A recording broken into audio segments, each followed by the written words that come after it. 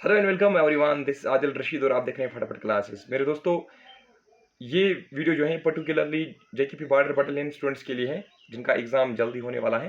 तो बाकी एसएसबी जेके PSC exams के लिए भी हेल्पफुल है, बट इसमें हम बेसिक टू मॉडरेट लेवल ही क्वेश्चंस जो है मॉक टेस्ट में क्वेश्चंस आपको करवाएंगे।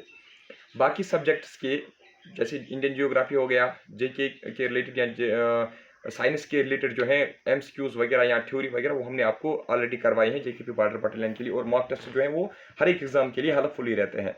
तो आप जाके प्ले लिस्ट में चेक कर सकते हो। स्पेशली मैं बॉर्डर बटालियन स्टूडेंट्स को कहना चाहता हूँ, आप जाके हमारे प्ले लिस्ट में जाइए फटाफट क्लासेस पे। वहाँ पे हमने सारे जो सब्जेक्ट्स हैं उनके मॉक टेस्ट करवाए बगैर पॉलिटी, इकोनॉमी और कंप्यूटर साइंस। वो मैं आपको ऐसे करवाऊंगा, पहले हम पॉलिटी कंप्लीट करेंगे, उसके बाद इकोनॉमिक्स और उसके बाद कंप्यूटर साइंस, क्योंकि ये सेक्शंस भी प्रीवियस जो आपका पेपर हुआ वुमेन्स बॉर्डर बटालियन का, वहाँ पे ये क्वेश्चंस पूछे गए थे। मैंने आपको जेकेएस बेड़ा सेक्शन 4 पे भी एमसीक्यूज करवाए हैं विद डिटेल एक्सप्लेनेशन, वो भी सारे देखना, क्योंकि इतना ही आपको आएगा। जिसने हमारे लेक्चर्स देखे ना और सारे मॉक टेस्ट किए, और वो जो 10,000 एमसीक्यूज मैंने आपको प्रोवाइड किए, कल कोई बच्चा बोल रहा था कि सर वो उसमें 6 मंथ लगेंगे। मुझे एक बात बताइए, मैंने आपको 10,000 एमसीक्यूज का प्रोवाइड किए हैं, मुझे लगता है 7-8 महीने पहले। अगर आप पर डे आप 3-3, 4-4 100 एमसीक्यूज पर डे पढ़ते, ठीक है। वैसे तो आपने थ्योरी पढ़ी थी, एमसीक्यू से आपको रिवीजन करना था, वो एमसीक्यूज आपको याद मत करने थे, रिवीजन करना था। आपने तो आज इसके 2 रिवीजन किए होते, वो मेरी गलती मत है, ठीक है। तो फिर भी आप ट्राई करो, पहले वहाँ पे आप पॉलिटी इकोनॉमी जो है ना, पहले आप वो पढ़ो अब, ठीक है। साइंस वगैरह को आप छोड़ दो, क्योंकि जितना मैंने आपको पढ़ा है ना साइंस वाइंस में उतना ही आपको आएगा। पहले आप वहाँ पे जो है ना पॉलिटी इकोनॉमी, पहले आप वो वहाँ पे कवर करो। जो मैं आपको बता रहा हूँ 10,000 एमसीक्यूज में जो पॉलिटी और इकोनॉमी है ना, पहले वहाँ से वो आप वही कवर करो, ठीक है। चलिए, क्वेश्चन नंबर 1 है आज। Idea to have constituent assembly was first given by. पहले ये आइडिया किसने दिया था कि कॉन्स्टिट्यूएंट असेंबली होनी चाहिए जो इंडिया के लिए कॉन्स्टिट्यूशन फिर फ्रेम करेगी, ठीक है। तो ये किसने कहा था? बी एन राव है ये, ठीक है, बी आर नहीं है, B N Rau, M N Roy, Subhash Chandra Bose, Jawaharlal Nehru. किसने बोला था? शाबाश, अपना आंसर जल्दी से कमेंट सेक्शन में दीजिएगा। इसका जो सही जवाब है, idea to have constituent assembly was first given by M N Roy, ठीक है। अच्छा, अब बी एन राव और एम एन रॉय में आपको कंफ्यूजन हो सकता है। अब ये क्लियर आपको कैसे होगा? आपने याद रखा कि एम एन रॉय जो है ही वाज फर्स्ट पर्सन जिसने ये कहा कि कॉन्स्टिट्यूएंट असेंबली होनी चाहिए। बी एन राव जो है ना, he was constitutional adviser of constituent assembly. Constitutional, he was constitutional adviser of constituent assembly, याद रख लीजिएगा, ठीक है। और एम एन रॉय कौन थे? ये वाज फर्स्ट पर्सन जिसने ये कहा कि कॉन्स्टिट्यूएंट असेंबली होनी चाहिए भारत को, जो कॉन्स्टिट्यूशन फ्रेम करके देगी। अब नेक्स्ट क्वेश्चन है, present constitution of India was framed bye. Present constitution of India जो है किसने बनाई थी? चलो जल्दी अपना आंसर लिखिए। Simon committee, INC, constituent assembly of India, doctor Bhimrao Ambedkar. आप इसको ऑप्शन ए मान लीजिए, इसको बी, इसको सी और इसको डी। आप शॉर्ट में जल्दी कमेंट सेक्शन में लिखो ए, बी, सी या डी है। इसका जो सही जवाब है that is constituent assembly of India. Constituent assembly of India ने ही कॉन्स्टिट्यूशन ऑफ इंडिया जो है वो फ्रेम की है। तो कॉन्स्टिट्यूएंट ऑफ असेंबली जो है मेरे दोस्तों, अगर आपसे पूछा जाएगा कॉन्स्टिट्यूएंट असेंबली ऑफ इंडिया जो ये कब सेटअप की गई, it was set up on 16 May 1946 under cabinet mission plan. किस प्लान के under constituent assembly of India बनाई गई थी? याद रख लीजिएगा, it was set up under cabinet mission plan on 16 May 1946। अच्छा देख लीजिए, इससे पहले कांग्रेस ने पहले ही डिमांड की थी, ठीक है। 1946 से पहले ही कांग्रेस ने एक बार डिमांड की थी कि हमें आप कॉन्स्टिट्यूएंट असेंबली जो है वो आप हमें फ्रेम करने दीजिए। तो कब कहा था इन्होंने पहली बार ये डिमांड कब रखी थी for setting up of constituent assembly? 1936 में। 1936 का जो लखनऊ सेशन हुआ था ना, वहीं पे लखनऊ सेशन में आईएनसी ने ब्रिटिशर्स के सामने डिमांड रखी थी कि आप हमें कॉन्स्टिट्यूएंट असेंबली जो है वो आप हमें फ्रेम करने दीजिए, सेटअप करने दीजिए, ठीक है। Next question, original constituent assembly consisted of dash dash members. जो ओरिजिनल कॉन्स्टिट्यूएंट असेंबली थी भारत की, यानी कि जो पहले कॉन्स्टिट्यूएंट असेंबली जब सेटअप की गई, तो उसमें कुल मिला के कितने मेंबर्स थे? कितने थे? 292, 93, 229 या 389? याद रख लीजिएगा मेरे दोस्तों, इसमें कुल मिला के 389 मेंबर्स थे। आउट ऑफ दीज 389 मेंबर्स क्या हुआ, जो 292 मेंबर्स है ना, वो प्रोविंशियल लेजिस्लेटिव असेंबलीज को रिप्रेजेंट कर रही थी। प्रोविंशियल लेजिस्लेटिव असेंबली से वो आए थे, यानी कि they were elected from provincial legislative assemblies. ठीक है, कुल मिला के 389 मेंबर्स थे। उन 389 मेंबर से जो 292 मेंबर जो थे वो इलेक्टेड किए गए थे कहाँ से, प्रोविंशियल लेजिस्लेटिव असेंबली से, यानी कि they were representing provincial legislative assemblies. अब फिर इसमें जो 93 आप देख रहे हो ना, ये जो 93 आप इसमें देख रहे हो, these 93 members represented princely status. ठीक है, ये प्रिंसली स्टेटस को रिप्रेजेंट कर रहे थे, यानी कि दीज वर नॉमिनेटेड। ठीक है, इनको नॉमिनेट किया गया था, these were nominated from princely states of India, या प्रिंसली स्टेट्स की जो प्रोविंसेस थी। अब बाकी इसमें कितने बचते हैं, 292 93, अब इसमें बाकी 4 बचते हैं। जो बाकी 4 है ना, जो बाकी 4 रीजन्स हैं, याद रख लीजिएगा मेरे दोस्तों, दे रिप्रेजेंटेड चीफ कमिश्नर प्रोविंसेस। ठीक है, चीफ कमिश्नर प्रोविंसेस से कितने मेंबर्स आए थे, शाबाश, कितने मेंबर्स रिप्रेजेंट कर रहे थे चीफ कमिश्नर प्रोविंसेस को कॉन्स्टिट्यूएंट असेंबली में। ठीक है, कॉन्स्टिट्यूएंट असेंबली ऑफ इंडिया जो है उसमें 292 मेंबर्स रिप्रेजेंट कर रहे थे प्रोविंशियल लेजिस्लेटिव असेंबलीज को, 93 कर रहे थे प्रिंसली स्टेट्स को रिप्रेजेंट। जो 4 जो मेंबर्स थे वो रिप्रेजेंट कर रहे थे चीफ कमिश्नर प्रोविंसेस से। 4 मेंबर्स आए थे 4 चीफ कमिश्नर प्रोविंसेस से। अब वो 4 चीफ कमिश्नर प्रोविंसेस कौन कौन से थे, एक था मेरे दोस्तों याद रखना अजमेर मारवाड़। ठीक है, अजमेर मारवाड़ एक प्रोविंस थी, दूसरी थी दिल्ली, ठीक है, और तीसरी थी कूरग, और चौथी जो थी वो थी ब्रिटिश बलूचिस्तान। फिर से हुआ ब्रिटिश बलूचिस्तान। ठीक है, बलूचिस्तान जो है ना वही। अब नेक्स्ट क्वेश्चन है मेरे दोस्तों, first meeting of constituent assembly took place on, बनाई गई 16 मई 1946 को, है ना कॉन्स्टिट्यूएंट असेंबली। फिर इनकी पहली मीटिंग कब होती है, शाबाश, first meeting of constituent assembly took place on. जल्दी कमेंट सेक्शन में लिखो ना आंसर प्लीज। फर्स्ट मीटिंग जो इनकी हुई थी वो हुई थी दिसंबर 9 1946 को, इनकी पहली मीटिंग होती है। और याद रख लीजिएगा इस मीटिंग में जो डॉक्टर सकीदनाथ सिन्हा है ना, डॉक्टर सकीदनाथ सिन्हा जो है वो इसके इंटीरियम प्रेसिडेंट थे। क्या थे वो, इस सेशन के इंटीरियम प्रेसिडेंट थे। याद रख लीजिएगा वो इस सेशन के इंटीरियम प्रेसिडेंट थे। जो फर्स्ट मीटिंग हुई कॉन्स्टिट्यूएंट असेंबली की वो दिसंबर 9 1946 को हुई, और इस मीटिंग का जो प्रेसिडेंट था, इंटीरियम प्रेसिडेंट यानी कि टेम्पोरेरी प्रेसिडेंट, वो कौन था, डॉक्टर सकीदनाथ सिन्हा इसका प्रेसिडेंट था। फिर क्या हुआ देख लीजिए, फिर जो इसमें आप एक डेट देख रहे हो ना, दिसंबर 11 1946, इस दिसंबर 11 1946 को क्या होता है, जो डॉक्टर राजेंद्र प्रसाद है ना, जो डॉक्टर राजेंद्र प्रसाद है, ठीक है, जो डॉक्टर राजेंद्र प्रसाद और जो डॉक्टर एच.सी. मुखर्जी होता है, डॉक्टर एच.सी. मुखर्जी, ये दो जो है इनको प्रेसिडेंट और वाइस प्रेसिडेंट बनाया जाता है। यानी कि डॉक्टर राजेंद्र प्रसाद को प्रेसिडेंट बनाया जाता है, एच.सी. मुखर्जी को वाइस प्रेसिडेंट बनाया जाता है। किसका वाइस प्रेसिडेंट और प्रेसिडेंट इनको बनाया गया, कॉन्स्टिट्यूएंट असेंबली का। पहला इंटीरियम, पहला टेम्पोरेरी प्रेसिडेंट इस कॉन्स्टिट्यूएंट असेंबली का कौन था, वो था डॉक्टर सकीदनाथ सिन्हा। तो फर्स्ट मीटिंग उसी के अंडर हुई थी दिसंबर 9 1946 को। फिर 11 दिसंबर 1946 को डॉक्टर राजेंद्र प्रसाद को कॉन्स्टिट्यूएंट असेंबली का क्या बनाया गया, प्रेसिडेंट, और एच.सी. मुखर्जी को इसका वाइस प्रेसिडेंट बनाया गया। ठीक है, अब है नेक्स्ट क्वेश्चन, एक सेकेंड, और इसमें मत कुछ है।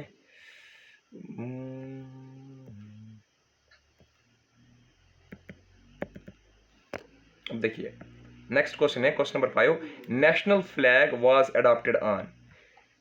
नेशनल फ्लैग जो है ना इंडिया का, भारत का जो नेशनल फ्लैग है वो किसने अडॉप्ट किया, आपको पता है वो किसने अडॉप्ट किया, वो भी कॉन्स्टिट्यूएंट असेंबली ने ही अडॉप्ट किया। ठीक है, कॉन्स्टिट्यूएंट असेंबली ने वो भी अडॉप्ट किया। तो अब याद रख लीजिएगा नेशनल फ्लैग जो है इसको अडॉप्ट कब किया गया, यानी कि constituent assembly of India adopted national flag of India on. तो कब इसको अडॉप्ट किया गया, 25 जुलाई 1947, 26 जनवरी 1950, 22 जुलाई 1947 या 28 जुलाई 1949। मेरे दोस्तों इसका जो सही जवाब है दैट इज 22 जुलाई 1947 को नेशनल फ्लैग अडॉप्ट किया गया by constituent assembly of India. ठीक है, नेक्स्ट क्वेश्चन है national anthem was adopted on.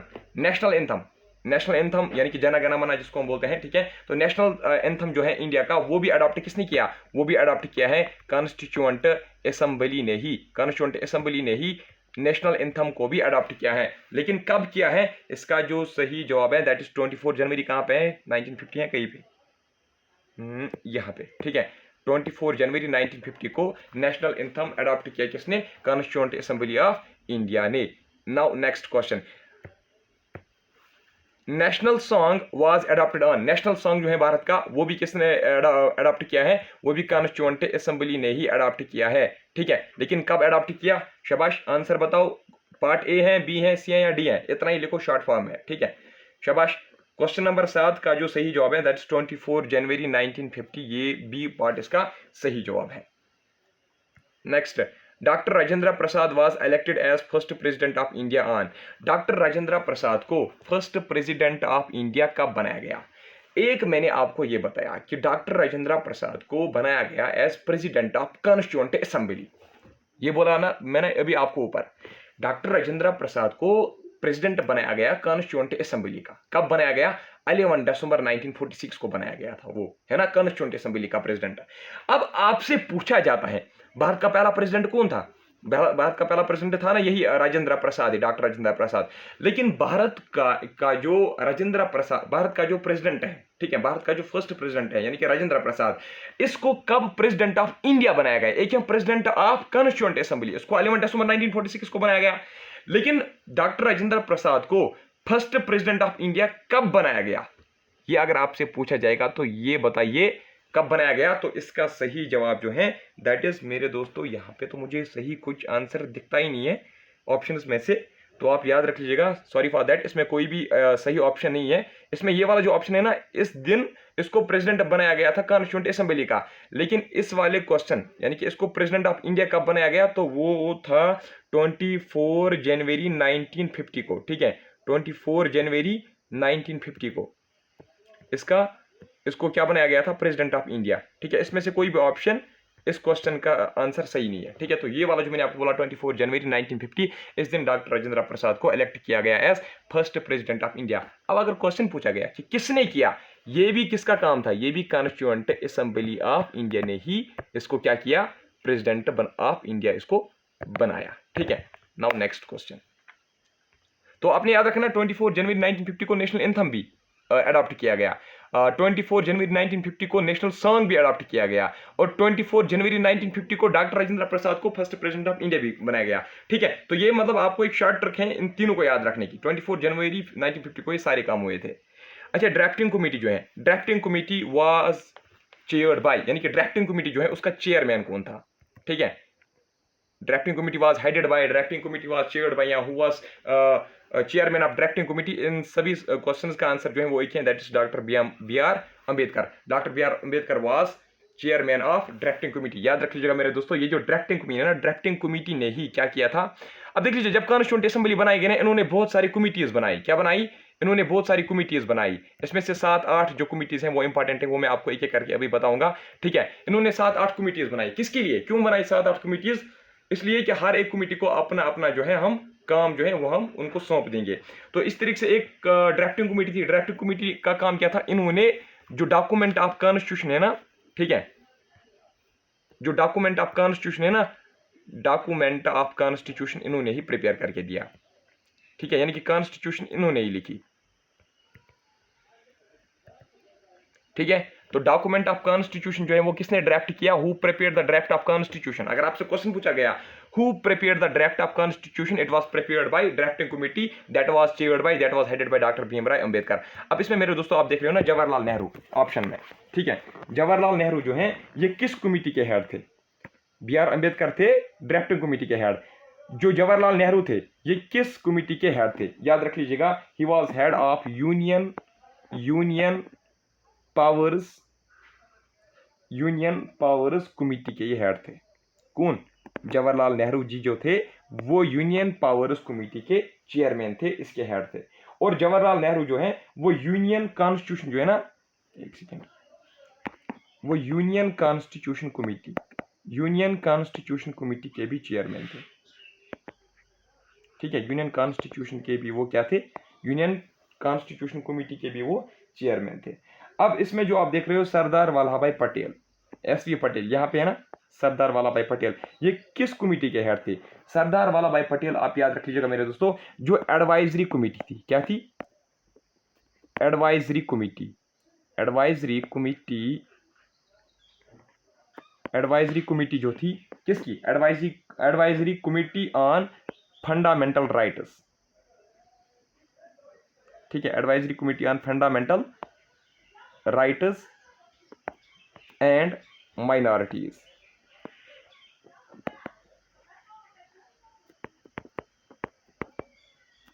ठीक है, तो याद रख लीजिएगा मेरे दोस्तों, सरदार वल्लभ भाई पटेल जो हैं he was chairman of advisory committee on fundamental rights and minorities. Sardar Vallabh Bhai Patel जो हैं ये और एक कमेटी के भी चेयरमैन थे। ठीक है, इसमें आज पता नहीं इसमें क्या हो गया, आज टच की प्रॉब्लम इसको है।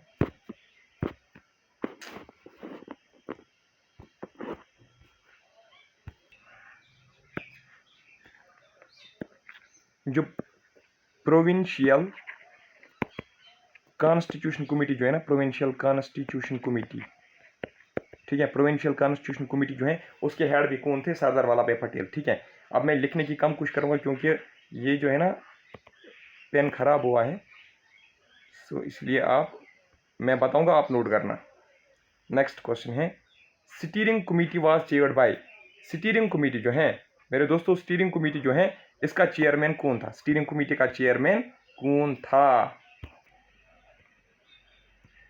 स्टीयरिंग कमेटी का जो चेयरमैन था वो था डॉक्टर बी.आर. अम्बेडकर, सुभाष चंद्र बोस, जवाहरलाल नेहरू, वो था डॉक्टर राजेंद्र प्रसाद। ठीक है, ये जो डॉक्टर राजेंद्र प्रसाद है ना मेरे दोस्तों, जो रूल्स ऑफ आप खुद नोट कर लीजिए, जो रूल्स ऑफ प्रोसीजर कमेटी और एक थी, उसका चेयरमैन भी डॉक्टर राजेंद्र प्रसाद ही था। ठीक है, doctor Rajendra Prasad was also chairman of rules of procedure committee.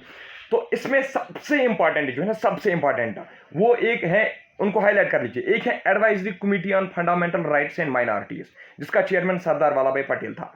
ठीक है, और दूसरा जो है स्टीयरिंग कमेटी, इसका जो चेयरमैन था वो कौन था, वो था डॉक्टर राजेंद्र प्रसाद। और मैंने आपको ड्राफ्टिंग कमेटी बताई जिसका चेयरमैन कौन था, डॉक्टर भीमराव अम्बेडकर। ये इसमें सबसे ज्यादा इंपॉर्टेंट है बस, और इसमें बाकी अगर याद रखोगे भी नहीं वो चलेगा, लेकिन रफली याद रखना चाहिए ताकि ऑप्शंस देखिए आपको फिर क्या याद पड़ता है। अगर आप रफली भी याद रखोगे ना, ऑप्शंस देख के आपको याद आएगा। अच्छा, states committee, that is committee for negotiating with states, इस कमेटी का चेयरमैन कौन था, स्टेट्स कमेटी का चेयरमैन कौन था, ऐसी मुखर्जी, जेबी कृपलानी, जवाहरलाल नेहरू, जीवी मावलंकर। इसका जो सही जवाब है that is Jawaharlal Nehru, directly याद रखना आप।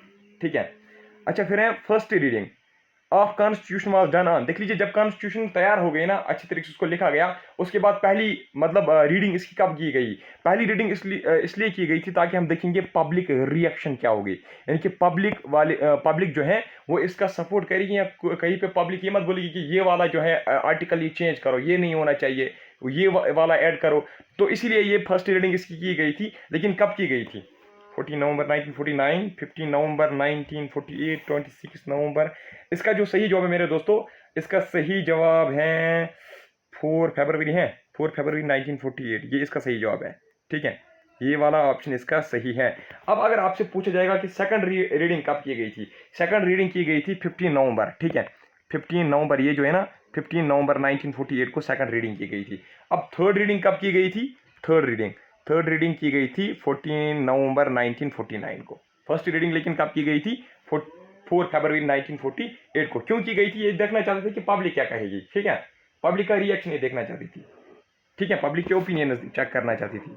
अब नेक्स्ट है, constitution was finally passed and accepted on. अगर आपसे ये क्वेश्चन पूछा गया कि ये बताइए कॉन्स्टिट्यूशन वाज enforced on, या constitution came into force on, या constitution was finally passed on, या constitution was finally accepted on, इन सभी क्वेश्चंस का आंसर जो है मेरे दोस्तों वो एक ही है, दैट इज, यार इसको क्या हो गया आज, मुझे आज बहुत तंग किया।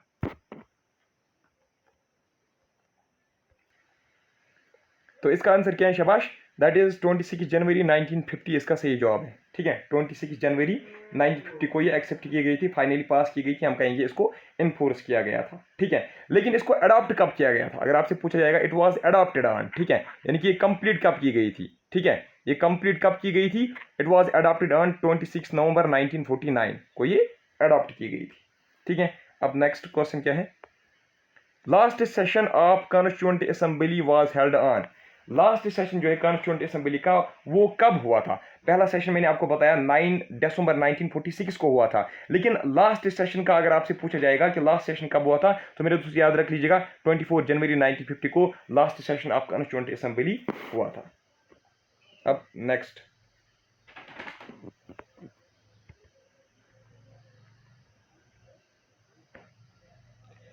Constitution contained how many articles when it was prepared? जब कॉन्स्टिट्यूशन तैयार हो गई, ठीक है, जब कॉन्स्टिट्यूशन को बनाया गया तो उस टाइम पे इसमें कितने आर्टिकल्स थे टोटल? इसमें कितने आर्टिकल्स थे? 359 या 395? शाबाश, 50-50 में कर रहा हूँ इसको, बताओ। इसका सही जवाब जो है दैट इज 395 आर्टिकल इसमें टोटल थे। और याद रख लीजिएगा 8 शेड्यूल्स थे, ठीक है, 8 शेड्यूल्स या स्केड्यूल्स पढ़िए हैं, शेड्यूल्स पढ़िए, एक ही बात है। और 22 पार्ट्स इसमें थे, ठीक है, 8 शेड्यूल्स एंड 22 पार्ट्स भी इसमें थे। 395 आर्टिकल्स, 8 शेड्यूल्स, 22 पार्ट्स, ठीक है। प्रेजेंटली अगर आपसे पूछा जाएगा कि प्रेजेंटली कितने शेड्यूल्स हैं हमारे कॉन्स्टिट्यूशन ऑफ इंडिया में, प्रेजेंटली 12 शेड्यूल्स हैं, ठीक है, 12 है प्रेजेंटली 12 शेड्यूल्स हैं हमारे कॉन्स्टिट्यूशन में। अच्छा देख लीजिए,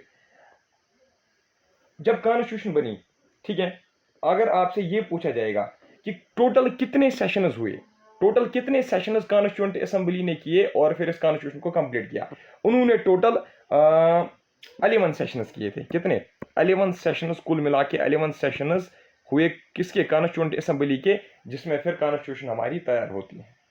अगर आपसे पूछा जाएगा कितना टाइम लगा, तो याद रख लीजिएगा 2 साल लगे, 2 years 11 months, ठीक है, 2 years 11 months एंड 18 days। कुछ बुक्स लिखते हैं 17, कुछ लिखते हैं 18, ये चलेगा, ठीक है। तो 2 years 11 months एंड 18 days, जिसमें 11 सेशंस भी हुए, तो कुल मिला के 2 साल और 11 महीने और 18 दिन लगे इसको कंप्लीट होने में, इसको लिखने में, ठीक है। तो enforcement of constitution was delayed till 26 January 1950 because of, देख लीजिए, कॉन्स्टिट्यूशन को अडॉप्ट कब किया गया था, कंप्लीट कब हुई थी? 26 नवंबर 1949 को ही। तो उसके बाद आप देख सकते हो कॉन्स्टिट्यूशन कब होती है इन्फोर्स? 26 जनवरी 1950। इतना लेट क्यों हो रहा है, ठीक है। तो अगर वो नवंबर 1949 को ही मतलब तैयार हुई थी, फिर उसको उसी दिन क्यों नहीं इन्फोर्स किया गया, उसी दिन क्यों नहीं लागू किया गया? क्योंकि देख लीजिए, कांग्रेस जो है ना, आईएनसी ने पूर्ण स्वराज डिमांड की थी, ठीक है, आईएनसी जो है उन्होंने पूर्ण स्वराज डिमांड की थी 1929 में, ठीक है। तो उसी को चलते इसको क्या किया गया था? डिले किया गया था, ठीक है। तो which of the following provisions were immediately enforced after adopting constitution? Constitution adopt हुई 26 नवंबर 1949 को, लेकिन फिर इन्फोर्स में कब आई? 26 जनवरी 1950 को। लेकिन जब ये अडॉप्ट की गई ना, सेम उसी टाइम से कुछ प्रोविजनस जो थे कॉन्स्टिट्यूशन के, उनको जल्दी से भारत ने मतलब कॉन्स्टिट्यूंट असेंबली ने जल्दी से लागू करवाया। तो वो कौन कौन से थे आपको बताना है? सिटीजनशिप, इलेक्शंस, प्रोविंशियल पार्लियामेंट या ऑल ऑफ दीज? इसका जो सही जवाब है दैट्स ऑल ऑफ दीज, यानी कि जो इलेक्शंस करवाना, सिटीजनशिप राइट जो है, प्रोविंशियल पार्लियामेंट कायम करना, ये जो उसमें प्रोविजंस लिखे गए थे कॉन्स्टिट्यूशन में, इनको जल्दी से इन्फोर्स किया गया। फंडामेंटल राइट्स सब कमिटी वाज चेयर्ड बाय, जो फंडामेंटल राइट्स सब कमिटी, जो एक कमिटी थी जो कॉन्स्टिट्यूएंट असेंबली ने बनाई थी, सेटअप की थी, तो इसका चेयरमैन कौन था? इसका चेयरमैन था मेरे दोस्तों JB कृपलानी, ठीक है। ऐसी मुखर्जी जो थे ना, ये माइनॉरिटीज सब कम्युनिटी, याद रख लीजिएगा, माइनॉरिटीज सब कमिटी एक थी, ठीक है, माइनॉरिटीज सब कमिटी जो है मेरे दोस्तों, इसका चेयरमैन कौन था? HC मुखर्जी, ठीक है। एक्चुअली देख लीजिए, याद रखना, जो advisory committee on fundamental rights and minorities थी, ठीक है, जो advisory committee on fundamental rights and minorities थी ना, जिसका चेयरमैन सरदार वल्लभ भाई पटेल था, ये जो फंडामेंटल राइट्स सब कमिटी और माइनॉरिटी सब कम्युनिटी जो है ना, ये उसी के 2 सब कमिटीज थी, ठीक है। इसकी जो, यानी कि उसी के अंडर आते थे, जो फंडामेंटल राइट्स सब कमिटी है ना, और जो माइनॉरिटी सब कमिटी है, ये 2 किसके अंडर आते थे? ये advisory committee on fundamental rights and minorities के अंडर आती थी। लेकिन सभी ये जो 2 सब कमिटीज थी, इनका चेयरमैन जो है वो अलग अलग था, और advisory committee on fundamental rights and minority जो है, उसका चेयरमैन भी क्या था? उसका चेयरमैन भी अलग था, ठीक है। तो आज की इस वीडियो में हम इतना ही पढ़ेंगे। कल हम थोड़ा सा शेड्यूल्स और आर्टिकल्स वगैरह पे हम कुछ MCQs लाएंगे। तो तब तक के लिए बाय बाय, टेक केयर, और आपसे एक रिक्वेस्ट है कि आज इस वीडियो को अच्छे से देखना और लाइक करना, कमेंट करना और शेयर करना भी ना भूलना। चलिए bye bye, take care, thank you very much.